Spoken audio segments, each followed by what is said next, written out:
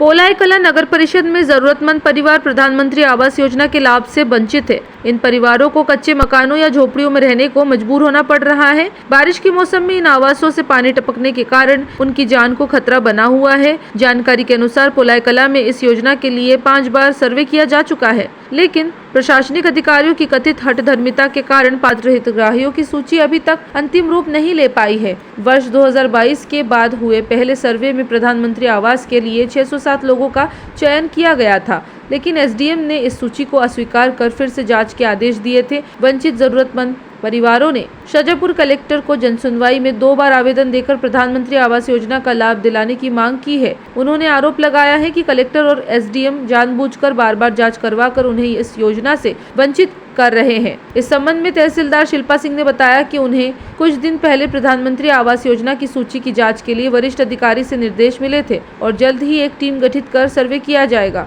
वहीं सीएमओ भगवान सिंह भिलाला ने कहा कि 54 हितग्राहियों की सूची भेजी गई है और जो भी निर्देश मिलेंगे उनका पालन किया जाएगा। स्थानीय पार्षदों ने भी इस मामले पर अपनी प्रतिक्रिया दी है। पार्षद विनोद मालवी ने कहा कि एसडीएम द्वारा बार-बार जांच के नाम पर दबाव बनाया जा रहा है, जबकि 5 बार जांच पहले ही हो चुकी है। पार्षद घनश्याम मालवी ने आरोप लगाया है कि कलेक्टर और एसडीएम नहीं चाहते हैं कि सरकार की योजनाओं का लाभ पात्र हितग्राहियों को मिले। पार्षद नरेश दीक्षित ने बताया कि नगरीय प्रशासन मंत्रालय द्वारा स्वस्वामित्व प्रमाण को भी प्रधानमंत्री आवास में पात्र माना गया है, लेकिन एसडीएम और कलेक्टर अपने तानाशाही रवैये के कारण बार-बार सूची की जांच करवा रहे हैं। इससे पोलाई कला नगर परिषद में जरूरतमंद परिवार प्रधानमंत्री आवास योजना से वंचित है। इन परिवारों को कच्चे मकान या झोपड़ी में रहने को मजबूर होना पड़ रहा है। बारिश में झोपड़ी या कच्चे मकान से पानी टपक रहा है, जिससे उनकी जान जोखिम में है। अगर समय रहते कार्रवाई नहीं की गई और कोई बड़ा हादसा घटित होता है तो इसकी जवाबदारी प्रशासन की रहेगी। हमारी यह समस्या हमारे कच्चे मकान है और हम इसी में गुजारा करते हैं और ना जाने कब बारिश में कब गिर जाए पता नहीं। और हमारे बच्चे हम रात भर जागते हैं, पानी आता है, बर्तन धरते हैं इधर उधर। और कल तो हमारी दीवार भी गिर गई थी, तो हम वहाँ से गारा पटका हमने और वो दीवार छाबी हमने, नहीं तो वो कल ही फट जाती हमारी दीवार सारी। और इसी में गुजारा करते हैं हम। आपने साहब में जाके शिकायत भी की थी? हाँ की थी ना, गए थे हम शाजापुर। किसको शिकायत की थी आप लोगों ने? कलेक्टर मैडम को की थी हमने। क्या नाम है आपका? संगीता बाई। बार आए पर हमारी सुने कोई भी नहीं। अब कितने का सर्वे कर लियो, उनके सामने मकान गिरी जाएगा, हमारे छत्तीसगढ़ मरी जाएगा, हम मरी जाएगा, फिर हमारे कहीं काम हुआ फूटी। ये हमारे कहीं जमीन है नहीं, मजबूरी आदमी करा लगे तो लगे, दिहाड़ के लिए तो नहीं भी लगा, हाथ है पगे कहीं हो जाए तो दिहाड़ के नहीं भी हम तो बुकाती तो हमारे घर में खाली पड़िया रहा। कोई देखना है कि हमारे से मकान नहीं बना, हमारे कुर्सी दो कम हम शाजापुर भी जाइए आए, हमारी कोई सुना ही नहीं गरीब में। कितनी का हमारी मैडम ने कैंसिल कर दी, कुर्सी निकल जाती है। कितनी बार सर्वे हो गया आपके? गंज का भी हुई गो सर्वे का, कितनी का भी हुई गया, पर हमारी सुना ही नहीं, बात भी नहीं सुनी ना सुन ली। किस किस को आवेदन दिया आपने?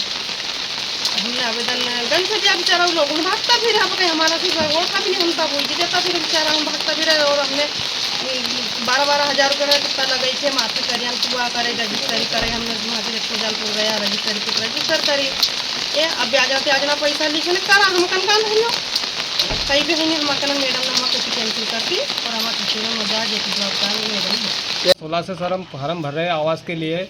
हमारे पिताजी का मकान था कच्चा और उन्होंने हमारे नाम से करवाया, जिसके बाद भी हमको आवास नहीं दिया गया। फिर नगर पालिका से बोला गया कि रजिस्ट्री करवा लो, सबने बोला रजिस्ट्री, हमने सरकार के द्वारा रजिस्ट्री करवाई और रजिस्ट्री का बोलने के बाद में भी नहीं आया। 5 से 6 बार शिकायत हो गई, मतलब आवेदन हमने भरे, बार नाम कट जाए, फिर नाम आ गया, फिर अब पात्रता से अपात्र बताते गए, जिसके बाद में मैंने 181 पर शिकायत की।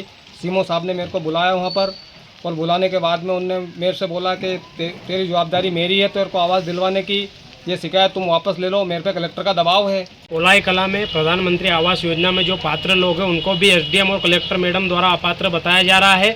बार पोलाई कला में सर्वे कराया जा रहा है, लेकिन प्रधानमंत्री आवास नहीं दी जा रही है, लोगों के मकान गिर रहे हैं। तो मैं कलेक्टर मैडम और एसडीएम मैडम को कहना चाहता हूँ कि मैडम क्या यहाँ पे पोलाई कला में सब गरीबों के बच्चे मर जाएंगे, इसके बाद इन पोलाई कला में इन पात्र लोगों को आवास योजना मिलेगी क्या? तो मैं मैडम को कहना चाहता हूँ कि मैडम आप एक बार आइए सही हमारे पोलाई कला में और लोगों के मकान देखिए कि किस प्रकार ये अपने बच्चे बच्ची के साथ यहाँ पर पोलाई पोलाई कला में रह रहे हैं। इनका दर्द समझिए थोड़े से, और आप देखिए कि क्या स्थिति है इनकी। और जल्दी अगर इनको, हम शाजापुर भी गए थे अगली बार भी जन सुनवाई में, लेकिन आपने हमारे को आश्वासन दिया था बस कि हम जल्दी ही सूची जारी करेंगे, लेकिन अभी तक सूची जारी नहीं हुई है। और अगर अब भी नहीं होगी आगे और ऐसे ही जाँच के नाम पर हमारे को बस बताया जाएगा तो हम शाजापुर आएंगे और चक्का जाम करेंगे, रोड जाम करेंगे, और इसकी कुछ भी जनहानि होती है इसकी जवाबदारी शासन प्रशासन के लोगों की रहेगी।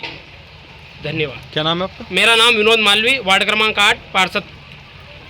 वार्ड क्रमांक 8-9 से पार्षद प्रतिनिधि। हमारे वार्ड में बहुत सारे लोग हैं जिनके पास पट्टे भी हैं और स्वास्थ्य की रजिस्ट्री भी है, पर SDM मैडम है और कलेक्टर मैडम के पास भी हम गए थे अभी मंगलवार के रोज़, करीब 1-1.5 महीना हो गया है, पर वो बार बार पटवारी को भेजते हैं या नगर पंचायत वाले को भेजते हैं या SDM मैडम आते हैं तो सही साठ सर्वे नहीं करते हैं, बार बार सर्वे का बोलते हैं और कुछ करते नहीं हैं। आज गाँवों में, ग्रामीण जो क्षेत्र है उनमें टूटी हुई मिल चुकी है और हमारे गांव में मतलब हमारे 8 नंबर 9 नंबर ST-SC में आते हैं, मतलब बहुत ज़्यादा ख़राब स्थिति। सब लोग मजदूरी करते हैं और अपना पेट पालन पोषण करते हैं। आज ऐसे ऐसे घर भी हैं हमारे वार्ड में कि जिनकी दीवारें गिर गई और उसमें मतलब बच्चे और घर वाले रहते हैं सर, मतलब बहुत ही ख़राब स्थिति है। क्या नाम है? मेरा नाम घनश्याम है, मैं वार्ड क्रमांक 9 से पार्षद प्रतिनिधि। अभी कुछ दिन पहले मेरे संज्ञान में आया, वरिष्ठ अधिकारियों द्वारा मुझे बताया गया कि यहाँ प्रधानमंत्री आवास के लिए सर्वे हुआ था जिसमें कुछ विसंगतियाँ पाई गई, तो उनकी जांच कराने के लिए एक दल गठित करने के निर्देश मुझे प्राप्त हुए, जिसके संबंध में दल गठित किया जा चुका है और निष्पक्ष जाँच कराई जाएगी। जो जाँच के उपरांत ही निर्णय तो वरिष्ठ अधिकारियों को करना है और नगर परिषद के द्वारा इसका योजना का लाभ दिया जाएगा। हमारी तरफ से बस जांच दल गठित किया जा रहा है। मैम, सर्वे सूची अभी हाल ही में 54 हितग्राहियों की आपको दी गई है। नगर परिषद द्वारा कहा गया है कि हमारे द्वारा सूची तैयार करके तहसीलदार महोदय को जांच हेतु भेज दी गई है। क्या कब तक जांच हो पाएगी इसकी? अभी प्राकृतिक आपदा के कारण भी थोड़े हमारे पटवारी व्यस्त हैं, तो जल्दी हम लोग इसका जाँच करा लेंगे। ठीक है। सर, प्रधानमंत्री आवास योजना में आपके कई लोग जो वंचित रह गए हैं, उनके कच्चे मकान हैं, तो बार बार सर्वे हुआ तो क्यों लोगों को वंचित रखा गया? शासन की गाइडलाइन अनुसार जो है सर्वे किया जा रहा है। आपके यहाँ 5 बार सर्वे हो चुके हैं, तो बार बार सर्वे क्यों? 5 बार सर्वे में कितनी जो है हितग्राहियों की सूची आपके द्वारा भेजी गई है? शासन के निर्देश अनुसार सर्वे माननीय कलेक्टर महोदय द्वारा करवाया गया था। प्रथम बार में 607 लोगों की सूची गई थी, दूसरे में 121 लोगों की, तीसरे में 83 लोगों की, चौथे में 39 लोगों की और पाँचवें में 54 लोगों की सूची भेजी। तो सर, ये बार बार जो जांच हो रही है सर्वे के नाम पे और जो नाम क्यों गड़बड़ हो रहे हैं, तो ऐसा क्या, इसमें क्या परेशानी आ रही है? इसमें क्या है, यहाँ पे रजिस्ट्री की बजाय स्वामित्व रजिस्ट्रार से करा दी गई है, इसलिए गाइडलाइन में थोड़ा शासन नियम अनुसार अलग अलग वो आ रहा है।